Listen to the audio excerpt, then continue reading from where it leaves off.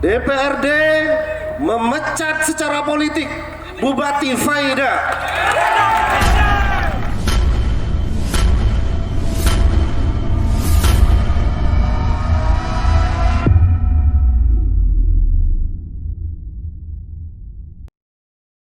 Assalamualaikum warahmatullahi wabarakatuh. Selamat datang dalam diskusi Hot News di nusadaily.com. Kami live streaming dari Jember bersama tim nusadaily.com dan juga java1.com.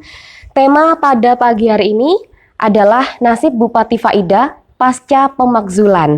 Bersama saya Aprilia Nurlaili Utami dan sudah ada dua narasumber. Di sebelah saya ada Bapak Hermanto Rohman selaku pakar administrasi negara dan pemerintahan daerah. Selamat pagi. Selamat pagi. Untuk di sebelahnya ada Bapak Ahmad Halim selaku Wakil Ketua DPRD Jember.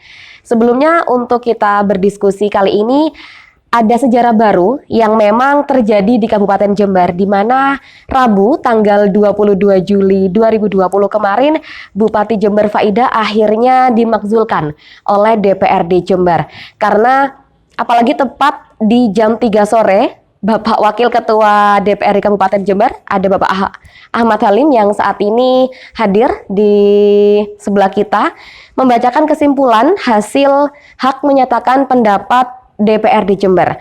Ada 6 poin, di mana poin terpentingnya yaitu Bupati dinyatakan melanggar sumpah janji jabatan. Nanti akan beliau paparkan dalam diskusi kali ini. Sebenarnya pada tahun 2017, Bupati atau DPRD Kabupaten Jember pernah melayangkan interpelasi kepada Bupati Faida. Hak itu dipakai DPRD untuk mempertanyakan keputusan Bupati pada tahun 2017 itu, yakni terkait mutasi Faruk dari kursi Sekretaris DPRD Jember yang pada saat itu dia dimutasi menjadi Kepala Satpol PP dan tanpa proses konsultasi dengan parlemen, dan itu dinyatakan kurang tepat. Hanya saja ketika itu DPRD Jember tidak satu suara pada tahun 2017. Itu mungkin salah satu penyebabnya karena partai-partai masih, apalagi partai-partai pendukung Bupati masih memberikan benteng atau membentengi begitu ya. Ketika itu Bupati Faida juga memilih tidak hadir dan mengutus Joko Susanto. Dan ia mengutus salah satu asisten dan menyampaikan jawaban tertulis. Nah, untuk kali ini tentu akan banyak hal yang akan kita diskusikan pada kesempatan kali ini karena sudah ada dua orang tamu saya hari ini yang sudah hadir dan sudah siap untuk kami mintai pendapat akan tema kita kali ini. Kami akan diskusikan untuk pagi hari ini karena temanya yang memang sangat sering diobrolkan akhir-akhir ini ya Pak ya. Karena memang sebelum akhirnya DPRD mengusulkan hak menyatakan pendapat, ada rangkaian panjang mulai dari kasus mutasi jabatan, ada kasus pendaftaran CPNS, mulai dari kasus KUA PPAS, kasus KSOTK atau struktur birokrasi. Akhirnya gubernur terjunkan tim ke Jember dan yang paling terakhir pemakzulan Bupati. Nah, sekarang kita akan ke Bapak Halim dulu. Iya. Untuk Pak Halim selaku pelaku sejarah dari pemakzulan Bupati Jember ini, bisa Anda ceritakan Pak, bagaimana ketegangan di gedung DPRD pada hari Rabu waktu itu? Iya, terima kasih atas kesempatannya. Mungkin langsung saja. Kalau peristiwa di 22 Juli ketika DPRD melakukan hak menyatakan pendapat, di mana proses ini sidang paripurna berlangsung mulai jam 10 sampai jam 15. Artinya ada sekitar 5 jam proses tersebut. Tentu proses ini adalah proses yang bersejarah dan ada semacam perjalanan di sidang sendiri, karena memang ini adalah suatu rangkaian, karena kita berlaku pada peraturan perundang-undangan tentang penyusunan tata tertib, kemudian tata tertib sendiri. Kalau kita bicara ketika situasi di ruang sidang, tentu di situasi ruang sidang penuh dinamika. Ketika kita buka, kemudian ada pendapat dari pengusul, di mana pengusul sendiri itu dibacakan oleh 7 fraksi, 7 perwakilan fraksi. Kemudian hasil dari pengusul itu tentu ditanggapi oleh para anggota dewan melalui fraksinya. Kemudian ada pendapat dari bupati. Nah, karena bupati waktu itu tidak hadir, akhirnya kita tawarkan ke peserta sidang. Sebelum bupati tidak hadir, tentu bupati berkirim surat kepada DPRD. Berkirim surat di hari sebelum pelaksanaan HP. Isi suratnya adalah ternyata pertama bupati tidak bisa hadir dan ingin mengikuti sidang HP melalui media daring. Kemudian yang kedua, karena dianggap bahwa lokasi tempat DPRD bersidang adalah lokasi kawasan merah. Jadi 2 hal itu kita bahas di rapat pimpinan, karena setiap ada surat masuk, kewajiban kita adalah menyampaikan di rapat pimpinan, kemudian kita sampaikan kepada anggota. Namun sudah kita balas bahwa sesuai dengan keputusan Banmus, DPRD tetap melanjutkan sidang, karena patokannya adalah segala kegiatan yang dilakukan DPRD adalah di Banmus. Tentu dinamika di dalam gedung waktu itu sangat penuh suasana heroisme, di mana di dalam gedung hadir 45 anggota dan itu semuanya sepakat, 7 fraksi yang ada di gedung DPRD Satu suara. di Kabupaten Jember sepakat untuk menggunakan hak menyatakan pendapatnya. Dan ini yang jarang terjadi di daerah manapun. Artinya mungkin baru pertama di Indonesia seluruh fraksi untuk sepakat menggunakan hak menyatakan pendapatnya. Kalau di gedung tidak ada masalah, tapi situasi di luar yang sangat memanas. Bagaimana di luar gedung? Menurut informasi yang kami dapatkan dari kepolisian sudah dikepung oleh Ribuan massa. oleh massa untuk menuntut agar DPRD menggunakan hak menyatakan pendapatnya. Kan kami berkoordinasi waktu itu, walaupun di tengah saya memimpin sidang, selalu ada kontak dari pihak luar, terutama pihak kepolisian, untuk cepat menyelesaikan acara sidang paripurna itu. Dan alhamdulillah sidang berjalan lancar. Kami juga berterima kasih kepada pihak kepolisian yang sudah ikut membantu kelancaran proses, dan juga ucapan terima kasih kami sampaikan kepada masyarakat yang selama ini konsisten ikut membantu. Lalu prosesnya, situasinya seperti itu. Lalu prosesnya seperti apa, Pak? Karena apakah benar semacam ada sumbatan komunikasi antara pihak DPRD dan pihak dari Bupati sendiri? Ya, kalau prosesnya ini kan tidak asal muncul, tetapi ada kronologis perjalanannya. Kalau dibilang komunikasi, kami ini masih baru, hampir belum 1 tahun. Insya Allah baru tanggal 21 Agustus nanti kita baru menjabat 1 tahun. Komunikasi dengan DPRD selama 4 tahun menurut pengamatan kami dan teman-teman anggota yang lama sering terjadi kebuntuan, terutama dalam hal proses pembahasan APBD. Kemudian yang kedua, itu di dalam proses itu banyak persoalan-persoalan. Mungkin langsung saya sampaikan bahwa kronologis peristiwa atau asbabun nusulnya itu ketika kami menerima surat dari KSN tentang adanya pelanggaran sistem merit atau sistem mustasi yang dilakukan oleh Bupati terhadap 6 pejabat. Dari surat KSN tersebut muncul kemudian surat dari Menpan RB bahwa Jember tidak mendapat jatah kuota PNS. Dari sini timbul pertanyaan dari teman-teman, terutama Komisi A, untuk bertanya ke pihak KPN, ke pihak kepegawaian provinsi sampai ke Kemenpan. Kenapa Jember tidak mendapatkan kuota PNS? Ternyata dari pihak kepegawaian provinsi menyampaikan, Pak, Jember tidak bisa mendapatkan kuota karena sistem aplikasi yang ada di Jember tidak bisa masuk ke aplikasi yang ada di pemerintah pusat.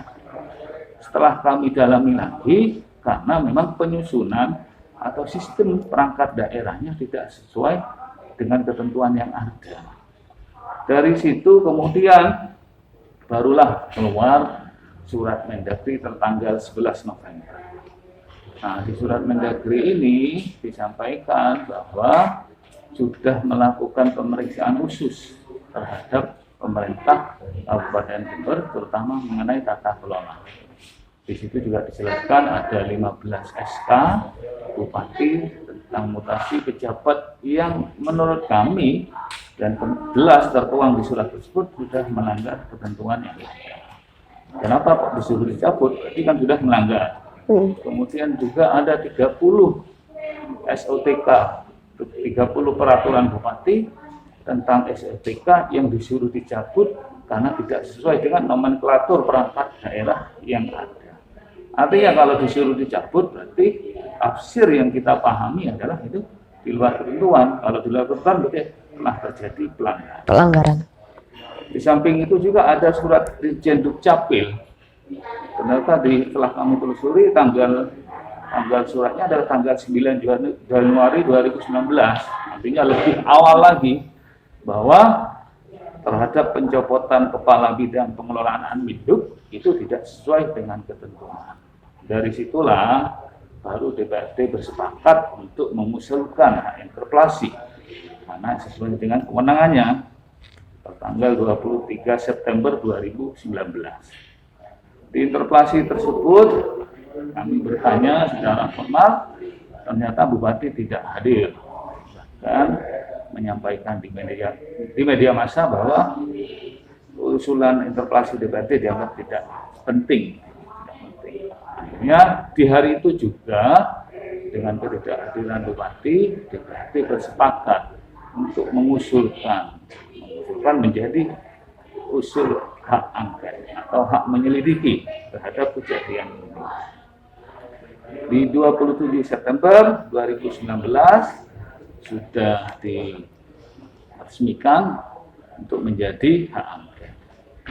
Kami bekerja di hak angket ini selama 60 hari kerja dan disimpulkan bahwa hasil penyelidikan DPRD ditemukan bukti-bukti bahwa pelanggaran yang dilakukan oleh Bupati sudah nyata sesuai dengan data dan fakta. Ya, itu kesalahan dan pelanggaran yang di mata DPRD itu emang salah untuk ke Bupati Faidah. Nanti kami akan bertanya dan ngobrol dengan Bapak Hermanto Rohman selaku pakar administrasi negara dan pemerintahan daerah. Dan namun ditahan dulu karena kami akan jeda sebelum nanti kami akan lanjutkan diskusi kita kali ini.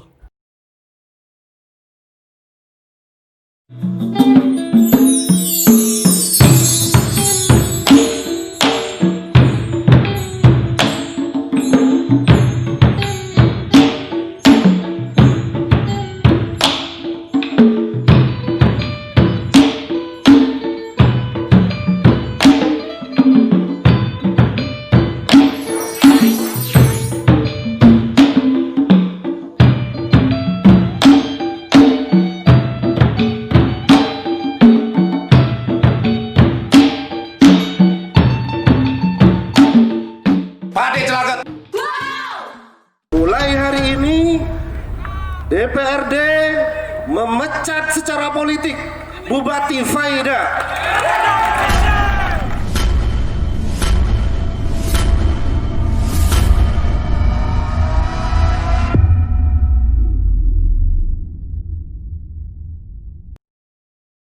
Kita kembali di diskusi Hot News di nusadaily.com tentang nasib Bupati Faidah pasca dimakzulkan. Tadi kita sudah banyak diskusi dengan Bapak Ahmad Halim selaku Wakil Ketua DPRD Kabupaten Jember, dan sekarang saya akan ngobrol dan bertanya kepada Bapak Hermanto Rohman. Apakah menurut Bapak Bupati Jember Dr. Faidah layak dimakzulkan? Ya, pertama adalah bahwa pemakzulan ini kemarin itu kan diputuskan melalui hak menyatakan pendapat. Nah, ketika pertanyaannya layak dimajukan atau tidak adalah yang harus dilihat dari apakah hak menyatakan pendapat tersebut memang bagian yang secara undang-undang atau secara peraturan itu dijamin. Itu yang pertama. Yang kedua adalah alasan kenapa kemudian perlu dilakukan hak menyatakan pendapat, yang di dalamnya di situ ada proses pemakzulan bupati. Nah, dalam konteks hak menyatakan pendapat yang di situ keputusannya adalah melakukan pemakzulan kepada bupati, secara undang-undang itu dijamin di dalam Undang-Undang Nomor 23 dan termasuk di dalam perubahannya di Undang-Undang Nomor 9 tahun 2015 tentang pemerintahan daerah. Memang diatur kewenangan dari DPRD itu adalah bisa melakukan yang namanya pemberhentian kepada kepala daerah. Kepala daerah. Ini adalah Bupati. Nah, pemberhentian kepala daerah dalam hal ini bupati itu sebetulnya sudah ada juga di dalam undang-undang yang sama, di Undang-Undang Nomor 23 tahun 2015. Jadi di Undang-Undang 23 tahun 2015 itu jika DPRD itu diberikan kewenangan untuk memberhentikan bupati, maka pertanyaannya adalah alasan dari DPRD itu melakukan pemberhentian kepada bupati. Nah, alasan ini tentunya tidak bisa kemudian didasarkan pada tafsir yang tidak ada dalam undang-undang. Nah, di dalam undang-undang itu ada bahwa alasan pemberhentian bupati yang dilakukan oleh DPRD itu ada satu ketika melanggar sumpah dan jabatan. Yang tadi sudah disampaikan. Yang tadi sudah disampaikan. Yang kedua adalah tidak melaksanakan kewajiban kepala daerah sebagaimana yang dimaksud dalam pasal 67 huruf B. Nah, kewajiban kepala daerah sebagaimana yang dimaksud dalam pasal 67 huruf B itu dalam hal ini adalah menaati seluruh ketentuan peraturan perundang-undangan. Nah, kalau pertanyaannya kemudian layak atau tidak, nah maka tafsir menaati seluruh ketentuan perundang-undangan, maka kita harus lihat. Lihatnya di mana? Lihat dalam konteks perundang-undangan kita apa? Di dalam perundang-undangan kita itu apa? Maka di situ ada ketentuan tentang Undang-Undang Nomor 15 tahun 2019 sebagaimana perubahan Undang-Undang Nomor 12. Di situ sudah diatur ketentuan perundang-undangan. Ketentuan perundang-undangan itu satu. Di situ misalnya ada UUD 45, ketetapan MPR, undang-undang, peraturan presiden, Kepres, dan juga ada ketentuan undang-undang di sini adalah keputusan yang dilakukan oleh menteri, yang dibuat oleh menteri, atau badan lembaga negara yang diakui oleh undang-undang. Nah, jadi artinya bahwa kalau DPRD ini melakukan alasan pemakzulan dengan didasarkan bahwa bupati dalam hal ini tidak menjalankan ketentuan perundang-undangan, misalnya tidak menjalankan keputusan menteri, tidak menjalankan keputusan dari lembaga yang diatur dalam perundang-undangan, tidak menjalankan undang-undang, tidak menjalankan Kepres, nah itu menurut saya sah layak. Tapi pertanyaannya kemudian tidak menjalankan ini oleh Undang-Undang 23 ini tidak bisa kemudian serta-merta itu ditafsirkan oleh DPRD secara politik, tetapi di situ harus diuji. Diuji dalam hal ini adalah keabsahannya apakah tafsir DPRD secara politik tadi tidak menjalankan undang-undang. Kalau saya lihat dari materinya kemarin itu yang dibacakan itu ada kurang lebih pernyataan dari DPRD itu menyatakan ada pelanggaran undang-undang jumlahnya kurang lebih 2 atau 3 pelanggaran undang-undang. Yang kedua adalah ada pelanggaran terkait dengan PP, jumlahnya kurang lebih 2 atau 3 pelanggaran PP. Dan juga ada pelanggaran terkait dengan peraturan maupun keputusan menteri. Dan juga ada pelanggaran terkait dengan keputusan lembaga. Jadi artinya secara alasannya sudah jelas yang disampaikan oleh DPRD itu. Termasuk juga alasan dalam hal ini adalah dampak dari terjadinya pelanggaran. Nah, dampak dari terjadinya pelanggaran itu maka akan terkait dengan sumpah dan jabatan. Sumpah dan jabatan itu di situ bahwa bupati atau kepala daerah akan menjalankan pemerintahan dengan seadil-adilnya dan seluruhnya. Nah, itu yang kemudian ditafsirkan oleh DPRD kemarin ketika ada CPNS yang tidak mempunyai kuota, ketika ada ASN yang tidak punya naik pangkat, itu adalah implikasi dari pelanggaran undang-undang. Maka di situ menurut saya, kalau dilihat runtutannya, apa yang sudah dilakukan oleh DPRD itu dalam koridor yang sudah benar.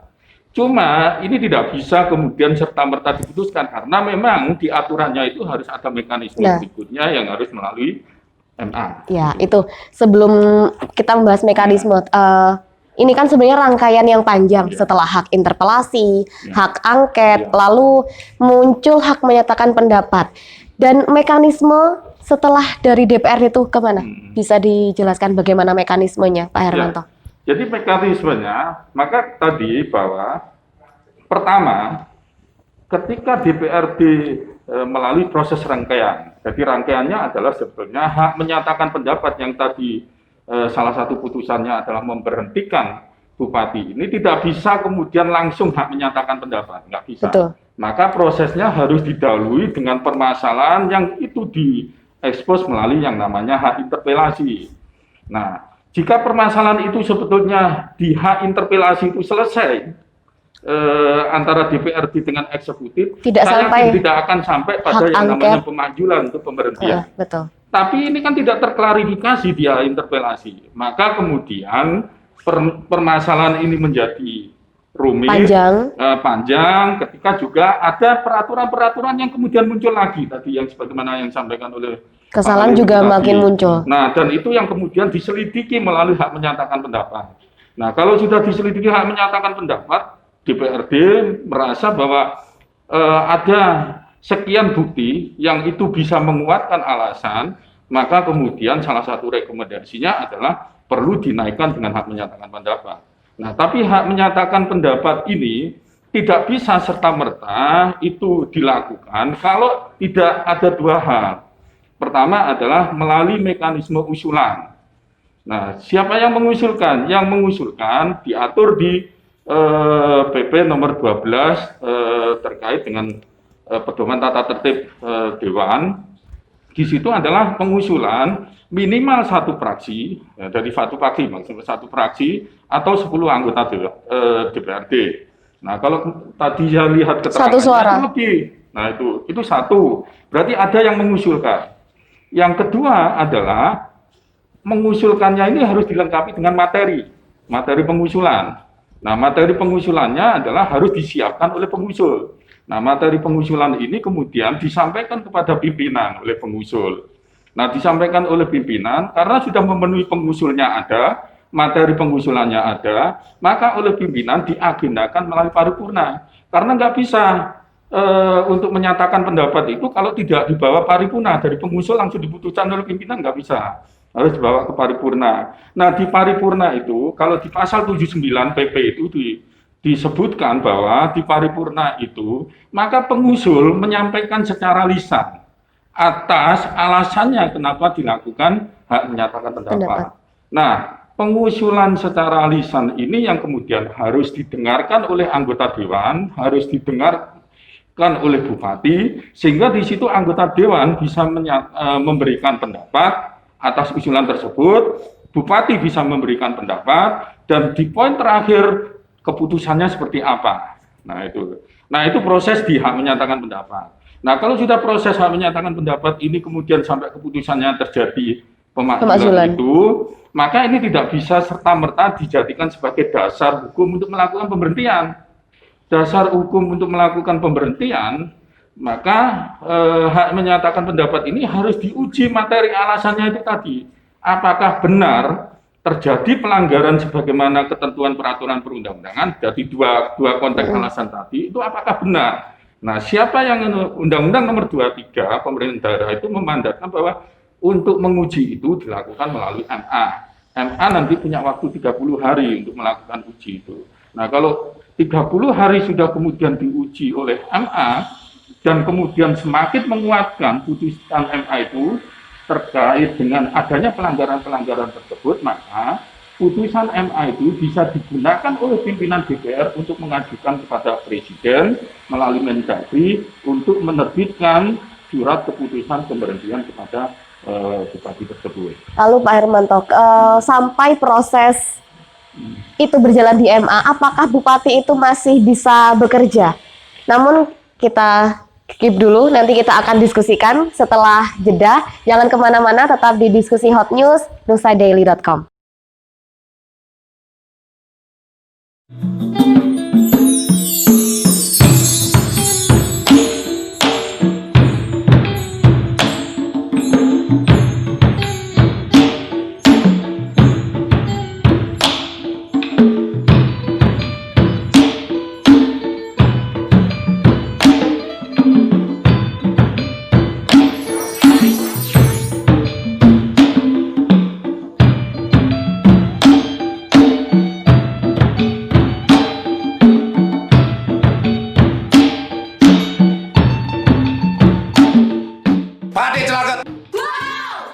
Mulai hari ini DPRD memecat secara politik Bupati Faida.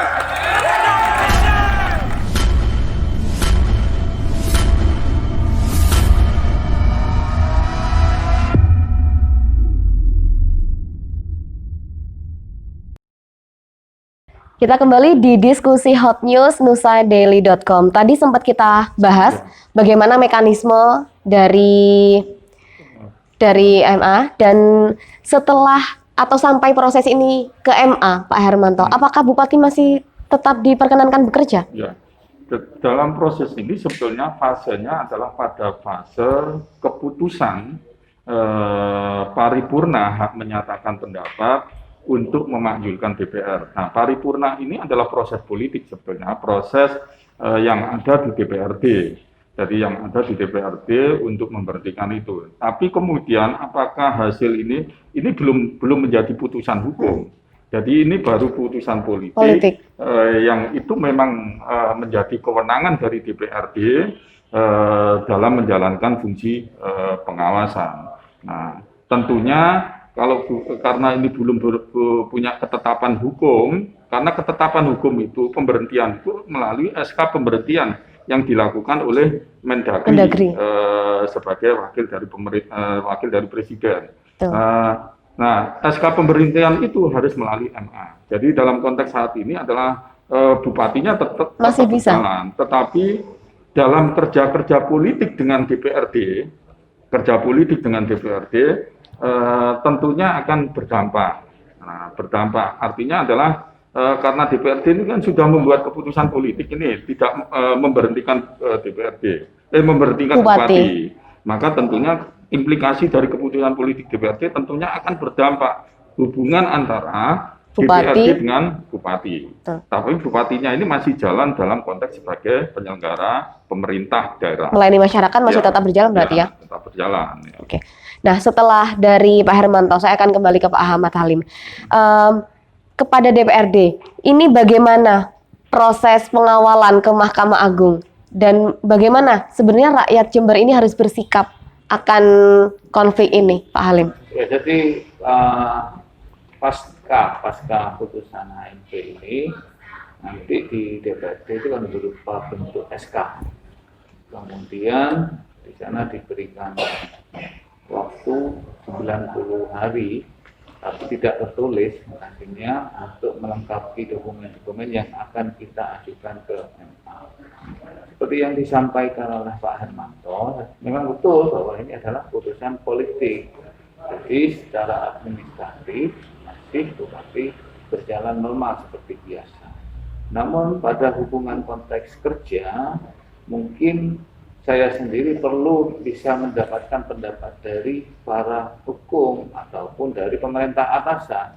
Misalkan bahwa nanti akan ada pembahasan rapat LKP tentang bagaimana pertanggungjawaban bupati di anggaran sebelumnya. Ini yang belum bisa kami jawab.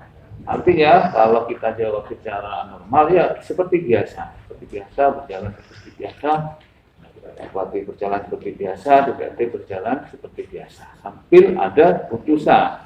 putusan terhadap keputusan apakah Bupati ini sudah mendapatkan kepastian secara hukum administratif oleh MA maupun Mendagri. Hari Rabu kemarin kan ada ribuan massa yang aksi menggabung dewan gitu ya Pak Halim. Terus rakyat Jember harus bersikap seperti apa? Apalagi yang sudah mengetahui konflik ini dan kedepannya bagaimana? Ya, saya rasa masyarakat Jember sudah dewasa menyikapi hal-hal kejadian seperti ini. Tentu masyarakat Jember, kita kalau dari Dewan kita berharap ya bekerja beraktivitas seperti biasa, tidak terkendala apapun, karena proses ini sudah masuki tahapan dan ada kewenangannya sendiri-sendiri. Artinya kami pada kesempatan hari ini ya tetap mengimbau pada masyarakat untuk bekerja ataupun beraktivitas seperti biasa. Baik, itu tadi tanggapan dari atau jawaban dari Bapak Hermanto Rohman selaku pakar pemerintahan daerah dan administrasi negara, dan juga ada Wakil Ketua DPRD ada Bapak Ahmad Halim. Dan sekarang kita akan mencoba menghubungi Bupati Jember untuk menanggapi menanggapi adanya kasus ini.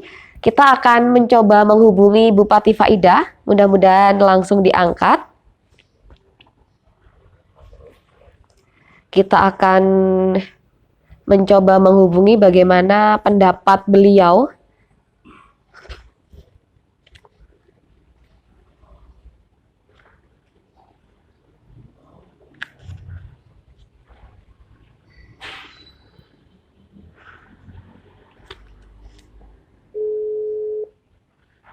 Mudah-mudahan diangkat.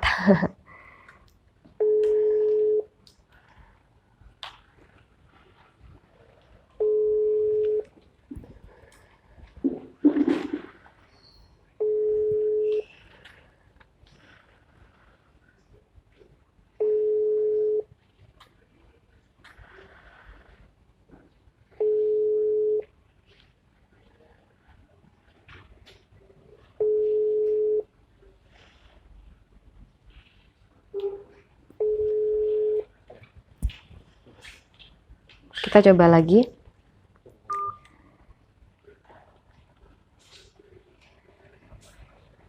Sekali lagi kita akan mencoba menghubungi Bupati Faidah.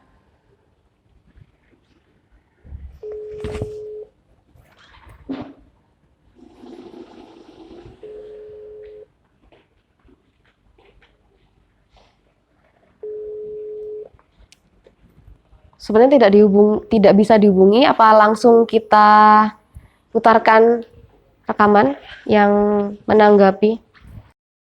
Ya, kami juga mempersilahkan Dewan menggunakan hak-haknya dari pertama interpelasi dan sebagainya, karena itu juga diatur di undang-undang. Dan saya juga menyampaikan pada masyarakat tidak perlu bereaksi berlebihan, karena semua itu ada mekanisme.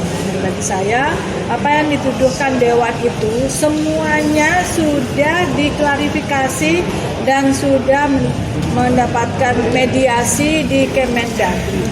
Sebelumnya sudah juga melalui Provinsi Jawa Timur. Kemarin Pak Tito dan seluruh jajaran Kemendagri bersama DPD RI yang dipimpin Pak Lanyala Mataliti, waktu itu yang ditugaskan Prof. Silvi 7 jam 20 menit memediasi dan memberikan solusi. Kami juga diberikan kesepakatan untuk klarifikasi dan semua itu sudah clear. APBD Jember sah menggunakan perkada. Masalah KSOTK juga sudah clear. Di awal 2020 sudah di-SK-kan.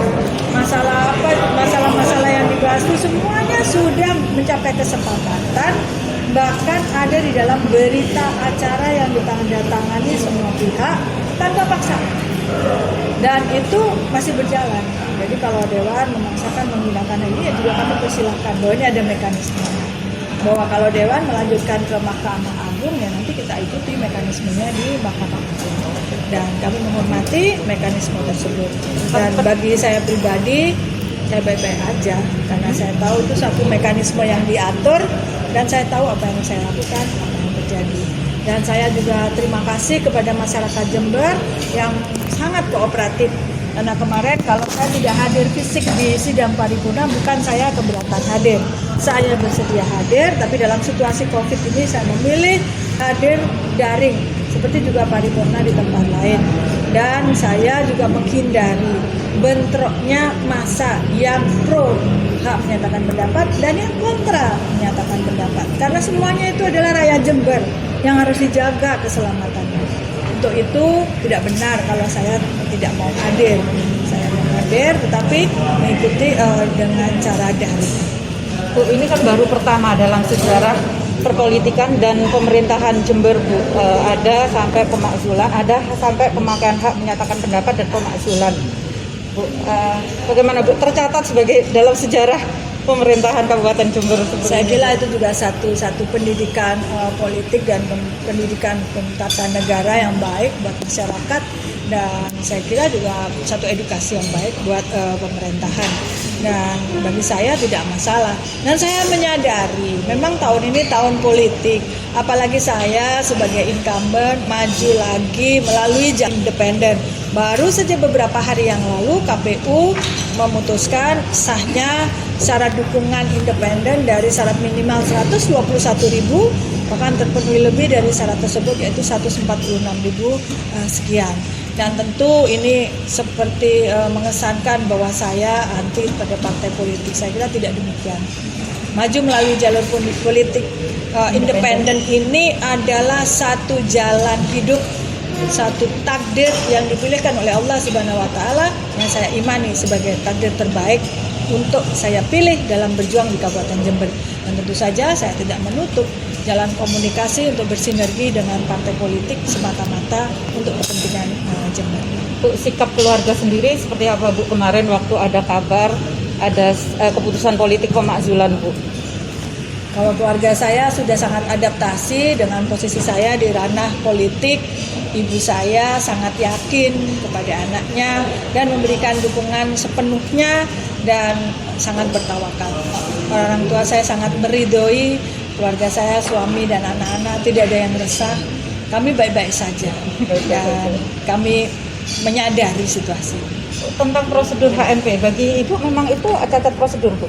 Ya, kalau saya pelajari memang seharusnya diatur dalam undang-undang tersebut jelas, karena ada tahapan bupati menyampaikan pandangan dan pendapatnya.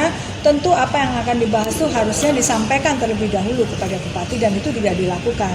Kesengajaan tersebut tentu menghambat untuk bupati menyampaikan dengan sebaik-baiknya responnya.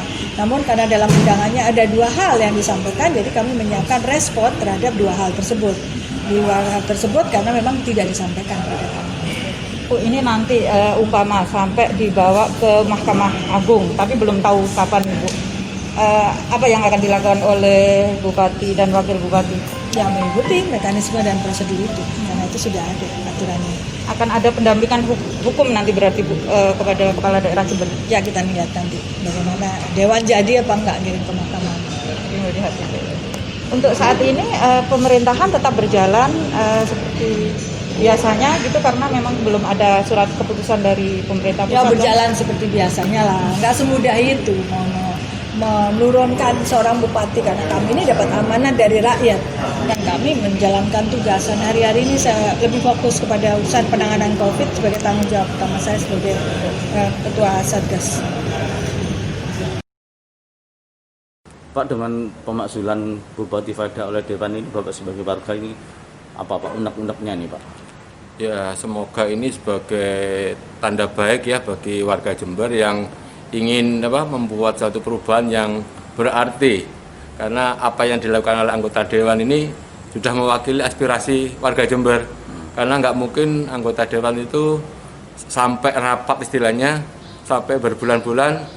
Nah, ternyata hasilnya seperti ini, dan inilah sebagai titik akhir istilahnya, bukan titik akhir untuk memulai titik awal untuk Jember yang lebih baik. Saya juga mendukung sih dengan hak AMP-nya anggota Dewan.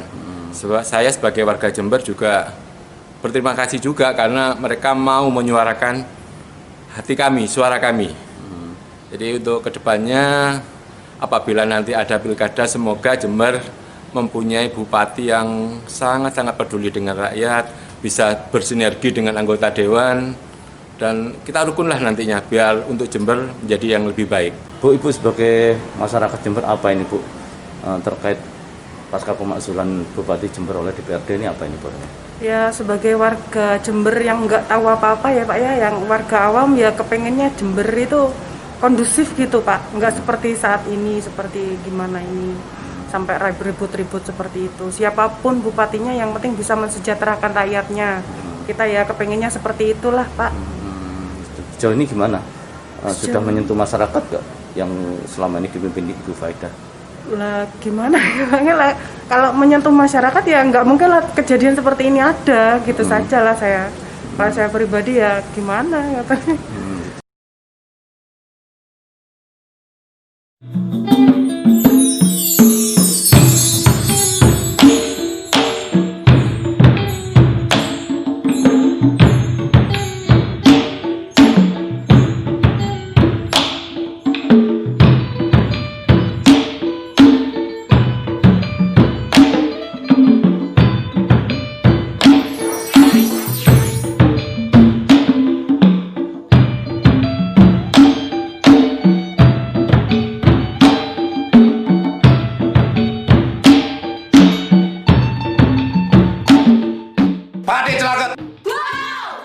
Mulai hari ini DPRD memecat secara politik Bupati Faidah.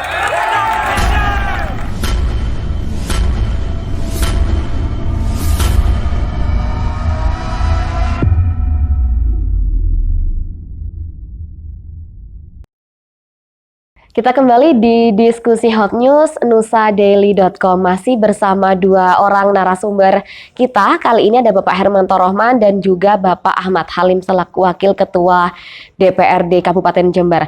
Di sebelumnya kami juga sudah mencoba menghubungi Bupati Jember, Dr. Faidah, ternyata tidak ada respon, dan kita akan lanjutkan kembali diskusi kita kali ini tentang nasib Bupati Faidah pasca pemakzulan. Pak Halim, apakah yang menjadi pembeda dari pemakzulan Bupati Jember kali ini dengan daerah-daerah lain misalnya?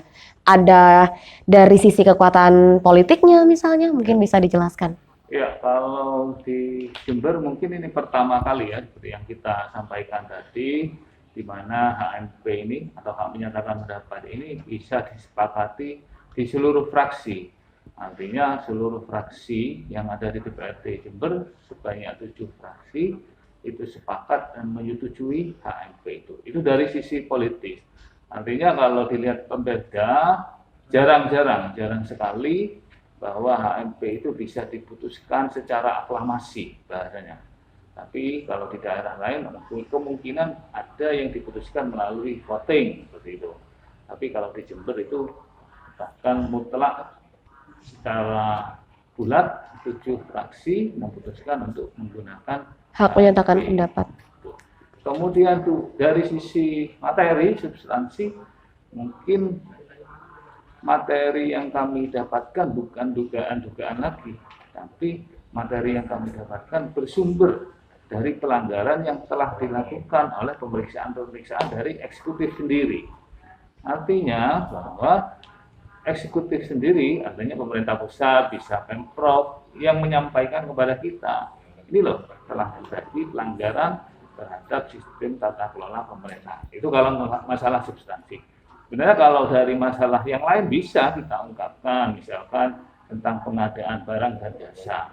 Memang ada bukti pelanggaran, tapi itu harus kita buktikan kepada istilahnya ke masalah hukum, misalkan dilarikan ke masalah APH atau perangkat hukum. Tapi ini kita tidak ambil karena melihat materi yang kami pelajari, yang bisa dibuktikan adalah materi yang kami sebutkan tadi.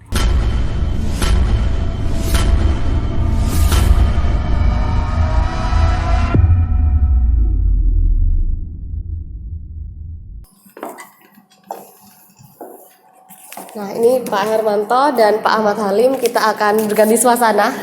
Kita akan melanjutkan diskusi di sini ya pagi ini. Dan mungkin Pak Hermanto sebelah sini, Pak Halim di sebelah sini. Tadi di segmen sebelumnya kami juga sudah bertanya ya, bagaimana ketika pemakzulan ini apakah bisa ditarik kembali? Ya, jadi pemakzulan ini kan diputuskan melalui paripurna, melalui hak menyatakan pendapat. Artinya bahwa putusan paripurna ini tadi sudah dijelaskan ada 45 anggota dari 50 yang hadir dan juga dari 7 fraksi. Artinya kalau ini kemudian mau ditarik, ya harus kemudian mencabut putusan yang dilakukan oleh DPRD secara kelembagaan. Jadi ini justru akan menjadi resiko politik kalau menurut saya kepada DPRD. Karena apa? Karena ini sudah diputuskan dan itu sudah bulat. Kecuali kalau dinamika dalam melakukan putusan itu tadi ada perdebatan, ada kemudian perbedaan pendapat antar anggota, ada kemudian perbedaan pendapat antar fraksi. Maka mediasi untuk bagaimana kemudian mencabut putusan itu masih memungkinkan. Tapi kalau ini suara bulat, 7 fraksi, 45 anggota, maka kalau mau dibatalkan atau cabut ya harus dicabut putusannya. Nah, itu satu. Kalau kemudian dia nggak mau meneruskan ke MA, itu akan mempunyai resiko politik justru kepada DPRD sebagai lembaga yang membuat keputusan itu di depan publik atau masyarakat. Berarti tidak ada ruang untuk lobby-lobby, misal dari pimpinan parpol DPP misalnya? Secara undang-undang untuk membatalkan itu tidak diatur secara eksplisit, tetapi di situ yang harus kita tangkap maknanya adalah itu putusan DPRD secara politik. Maka kalau kemudian ada mediasi atau lobby dan lain-lain akan berdampak politik juga kepada DPRD itu. Betul. Dan tentunya nilai yang menjadi mendukung sulit untuk dilakukan lobby itu adalah itu suara bulat yang ada di situ. Kecuali kalau dulu itu ada perbedaan pandangan politik. Betul. Dan lain-lain. Tidak satu suara masih ya? Ya, mestinya kalau lobby itu dalam perspektif politiknya harusnya selesai di interpelasi, selesai di hak angket sebelum HMP ini. Secara politik itu. Tanggapan Pak Halim tentang pendapat dari Pak Hermanto? Iya, jadi mungkin apa yang disampaikan Pak Hermanto itu sudah sesuai dengan norma atau ketentuan yang berlaku. Di kami keputusan paripurna itu final. Artinya kalau kita mau mengambil keputusan itu pasti di paripurna. Seandainya mau mencabut keputusan itu ya tetap harus lewat paripurna, tapi tidak ada ketentuan atau klausul yang mengatur, yang diatur di dalam peraturan tata tertib maupun PP hanya ketika pengusul bisa mencabut. Tapi karena ini sudah berupa keputusan seperti yang disampaikan Pak Hermanto, dampak politik kalau dieksplisitkan tentu kami akan mendapatkan respon yang negatif dari publik kalau itu terjadi. Apalagi kemarin DPRD sudah satu suara, hampir seluruh anggota ya. Iya. Betul. Lalu Pak Hermanto, bagaimana jika Bupati Faida menunggu putusan MK? Sebab kan berdasarkan pasal 80 Undang-Undang Nomor 23 Tahun 2004 tentang pemerintah daerah, putusan MA bersifat final. Ya, menurut Bapak? Jadi ya memang ketentuannya bupati untuk kemudian dia diberhentikan secara hukum administratif itu harus menunggu putusan MA. Nah, putusan MA yang nanti itu menjadi dasar dari DPRD untuk mengajukan pemberhentian. Kalau memang MA menguatkan atau membuat keputusan menyetujui dari putusan HMP tentang pemberhentian dari bupati itu. Nah, jadi memang ya harus seperti itu Bupati ya, menunggu dari yang ada di MA. Ya. Oke Pak Hermanto, ini kan MA juga pernah menolak usulan pemakzulan seperti yang terjadi di Wali Kota Pematang Siantar, ada Sumatera Utara, ada Hefrian Syanur. Untuk kasus Bupati Faida sendiri bagaimana? Nanti kita akan bahas setelah jeda, tetap di Diskusi Hot News nusadaily.com.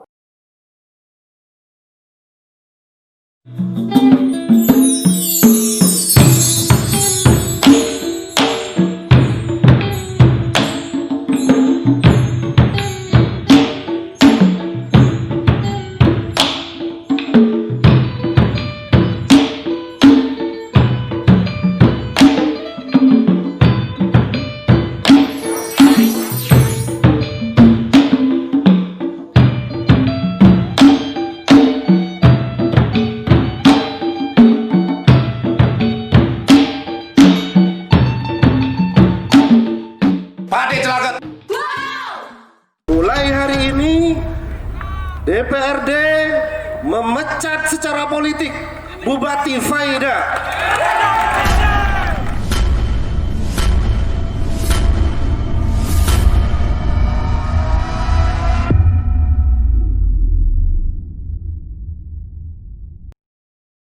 Pemirsa, kita kembali di diskusi Hot News nusadaily.com bersama dua orang narasumber saya. Ada Bapak Ahmad Halim selaku Wakil Ketua DPRD Kabupaten Jember dan juga ada Bapak Hermanto Rohman selaku akademisi atau pakar tata negara dan juga administrasi negara. Untuk pertanyaan yang saya tadi sempat ajukan, bagaimana Pak Hermanto? Ya, jadi gini ya, di dalam kasus memang beberapa kasus yang terjadi di tanah air, terutama dalam penyelenggaraan pemerintah daerah, ada beberapa kasus terkait dengan pemakzulan kepala daerah, dalam hal ini adalah bupati atau wali kota. Nah, beberapa kasus itu bervariasi terkait dengan alasan pemakzulan. Ada alasan karena terjadi perbuatan tercela sebagaimana yang terjadi di Aceh Fikri itu. Yang kedua adalah terkait dengan adanya pelanggaran berat yang dilakukan oleh kepala daerah yang terjadi di saya lupa di beberapa di daerah. Dan yang ketiga adalah terkait juga tindak pidana korupsi. Nah, biasanya kalau tercela tindak pidana korupsi itu memang lebih mudah untuk kemudian MA memberikan putusan untuk melakukan proses pemberhentian. Nah, dalam konteks yang ada untuk kemudian saat ini dalam konteks kasus yang ada di Jember yang berbeda kalau di pertanyaannya dengan Pematang Siantar, yang berbeda tadi sudah dijelaskan sebenarnya oleh Pak Halim bahwa yang terjadi di Pematang Siantar itu adalah alasan yang diajukan kepada MA itu adalah lebih banyak dipandang sebagai putusan politik murni yang ada di DPR. Karena nanti MA itu akan melakukan uji secara formil dan material. Secara formil dan material ini artinya adalah akan memeriksa alasan-alasan yang diajukan oleh DPRD untuk kemudian melakukan pemakzulan. Nah, ini berbeda dengan yang ada di dalam konteks materialnya, berbeda dengan yang di Jember. Kalau di Jember ini adalah DPRD itu berpijak pada putusan lembaga negara pada adanya terjadi pelanggaran. Pelanggaran ini sebetulnya bukan tafsir DPRD, tetapi tafsir pembuat keputusan lembaga negara itu.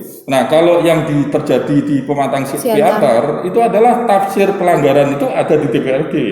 Nah, ini sebetulnya yang berbeda. Yang kedua, di Pematang Siantar itu putusannya itu dilakukan melalui voting. Kalau di DPRD ini putusannya melalui bulat, melalui 7 fraksi dan lain-lain. Mungkin nanti MA bisa memberikan pertimbangan berbeda antara kasus di Pematang Siantar dengan kasus yang ada di Jember. Nah, itu. Dan itu tentunya akan diuji secara formil maupun material. Kalau formil, di mana prosedurnya dipenuhi atau tidak. Materinya itu sudah memenuhi alasan-alasan untuk mengajukan pemberhentian sebagaimana yang dijamin di Undang-Undang Nomor 23 tentang Pemerintahan Daerah. Menurut saya itu. Ya. Dan ketika putusan ini atau dikabulkan oleh MA, apa kewajiban dari Mendagri sendiri, Pak Hermanto? Ya, jadi otomatis nanti MA, jadi setelah ini nanti DPR harus mengajukan ini melalui pimpinan terkait dengan putusan mengajukan permohonan kepada MA. Nah, MA nanti akan melakukan pemeriksaan dan juga akan melakukan pemeriksaan terhadap saksi, terhadap materi, baru kemudian memutuskan. Dan ini MA punya waktu 30 hari sejak surat permohonan dari DPRD diterima oleh MA. Nah, setelah 30 hari nanti MA membuat keputusan, maka dasar keputusan MA ini bisa dipakai oleh DPRD untuk mengajukan permohonan pemberhentian jika keputusannya MA tadi itu adalah menguatkan tentang DPRD pemakzulan itu, dan itu nanti akan digunakan oleh DPRD, pimpinan DPRD untuk mengajukan permohonan kepada Mendagri. Nah, permohonan ini sebenarnya maksimal Mendagri itu harusnya membuat putusan 30 hari. Tetapi kalau mengikuti logika itu harusnya tidak sampai 30 hari. Karena sudah jelas fatwa prosedurnya melalui MA. Jadi mestinya nggak harus menunggu 30 hari untuk melakukan proses administrasi untuk menerbitkan surat keputusan. Seandainya MA nanti menerima keputusan itu. Tapi kalau seandainya MA itu tidak menerima keputusan, ya sudah, putusan MA bersifat final dan nanti Mendagri DPRD tidak bisa kemudian mempermasalahkan itu lagi. Baik. Sebagai bagian dari itu ketika MA mengabulkan. Ya. Dan saya bertanya kepada Pak Halim, ketika nanti MA menolak, bagaimana langkah DPRD? Ya, karena sifat dari putusan MA itu sudah final, akhir, tentu kami DPRD akan taat dan patuh pada peraturan perundangan. Artinya bahwa harus kita hormati bersama seandainya keputusan itu tidak diterima oleh MA. Artinya memang seperti yang disampaikan tadi oleh Pak Hermanto sudah final. Kemudian mungkin teknis hanya DPRD nanti akan mencabut SK pengusulan hak angket itu atau SK tentang keputusan HMP itu. Terus menurut Bapak, bagaimana rakyat Jember harus bersikap ketika nanti MA menolak? Jadi ini proses pembelajaran menurut kami, proses pembelajaran terhadap tata kelola pemerintahan. Karena hukum itu kan selalu update, selalu memperbaharui sesuai dengan keadaan. Artinya bahwa kejadian yang ada di Jember ini menjadi tolak ukur bagaimana implementasi pelaksanaan peraturan perundang-undangan. Juga kita katakanlah memberikan pelajaran kepada setiap penyelenggara negara agar taat pada peraturan yang ada. Artinya bahwa tidak bisa seorang bupati bisa melakukan kebijakan seenaknya sendiri tanpa melihat aturan peraturan perundang-undangan Yang ada. Iya, betul. Baik, itu terima kasih Pak Halim, Pak Hermanto.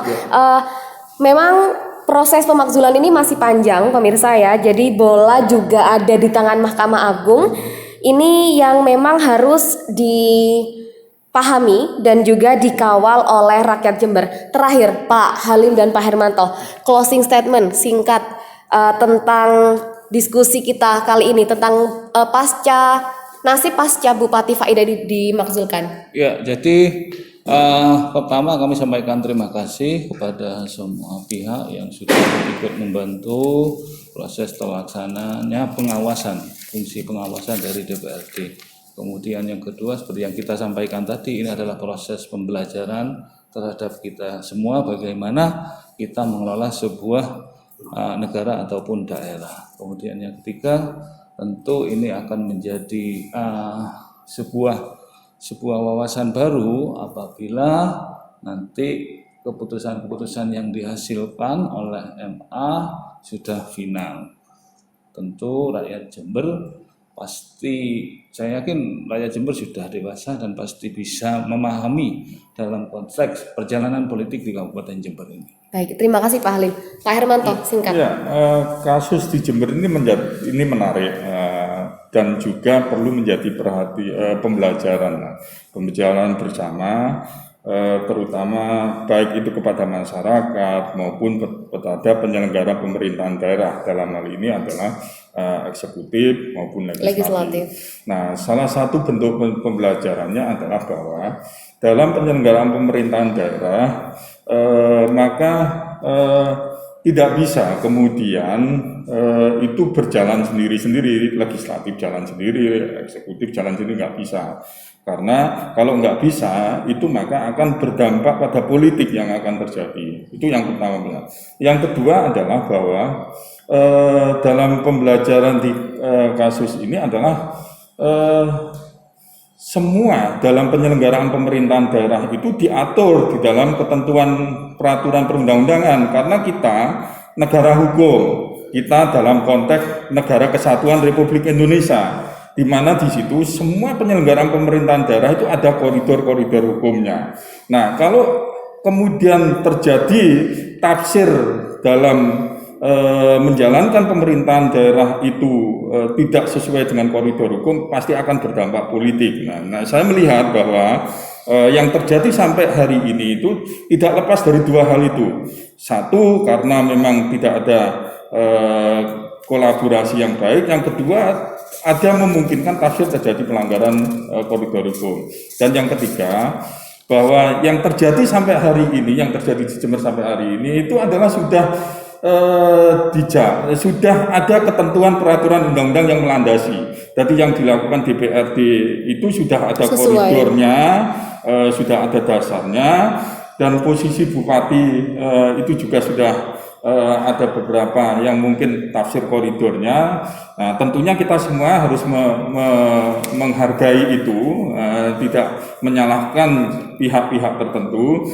Dan sekarang bolanya adalah bahwa semua boleh bertafsir, termasuk DPRD, termasuk bupati. Tetapi putusan kembali adalah pada lembaga yang diberikan kewenangan untuk memberikan tafsir final secara hukum, dalam hal ini adalah MA. Kita menunggu proses itu, dan tentunya ini semuanya akan menjadi modal pembelajaran kita untuk membangun pemerintahan ke depan, mudah-mudahan lebih baik lagi. Baik pemirsa, itu tadi diskusi kita kali ini bersama pimpinan sidang ketika pemakzulan Bapak Ahmad Halim selaku Wakil Ketua DPRD Kabupaten Jember, dan juga akademisi dalam hal ini pakar administrasi negara dan pemerintahan daerah Bapak Hermanto Rohman. Diskusi di nusadaily.com masih akan hadir dengan tema-tema menarik lain. Terima kasih, saya Aprilia Nur Laili Utami. Wassalamualaikum warahmatullahi wabarakatuh.